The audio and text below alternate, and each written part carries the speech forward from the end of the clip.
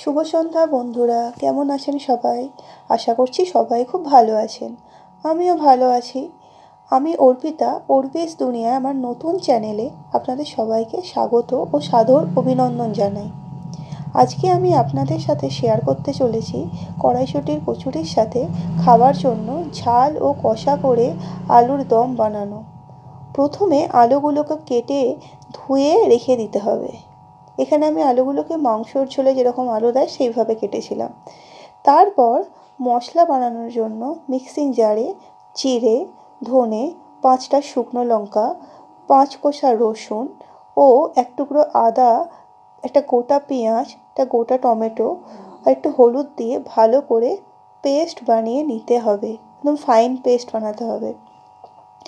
তারপর কড়াইতে তেল গরম করে ওই তেলের মধ্যে আমি একটু হলুদ আর একটু লবণ দিয়ে দিয়েছিলাম। আলুটা ভেজে নিতে হবে। তারপর ভালো করে আলুটা ভাজা হয়ে গেলে ওই তেলেই 5 ফোড়ন, চিনি, শুকনো লঙ্কা, তেজপাতা ফোড়ন দিয়ে মশলাটাকে কষাতে হবে।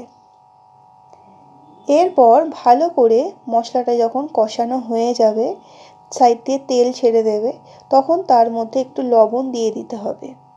লবণ দেওয়ার পর ভালো করে আরেকবার নেড়ে নিতে হবে। নেড়ে নেওয়ার পর ওই ভেজে রাখা আলুগুলোকে দিয়ে দিতে হবে। দিয়ে আলু দিয়ে ওই মশলাটাকে ভালো করে কষাতে হবে। এই সময় গ্যাসের ফ্লেমটিকে মিডিয়াম রাখতে হবে। ভালো করে যখন দেখবেন আলুগুলো কষা হয়ে গেছে, ওই সময় ওই আলুর মশলার জলটা দিয়ে দিতে হবে। জলটা দিয়ে দেওয়ার পর ভালো করে ঝোলটাকে ফুটিয়ে নিতে হবে। এখানে আমি একটু ঢাকা দিয়ে ফুটিয়েছিলাম যাতে আলুগুলো তাড়াতাড়ি সেদ্ধ হয়ে যায়। তারপরে নামানোর সময় একটু সানরাইসের গরম মশলা গুঁড়ো আর ধনেপাতা আর মেথি দিয়ে নামিয়ে নিয়েছিলাম। এতে আলুর দমের টেস্টটি খুব ভালো আসে। আপনারা এই আলুর দমটি রুটি বা লুচি বা পরোটা, কচুরি যা কিছুর সাথেই খেতে পারেন, খুব ভালো লাগবে। আমার এই রান্নাটা অবশ্যই বাড়িতে একবার ট্রাই করবেন। ভালো লেগে থাকলে আমাকে কমেন্টে জানাবেন আর এই চ্যানেলটিকে সাবস্ক্রাইব করবেন আর আমার পাশে থাকবেন।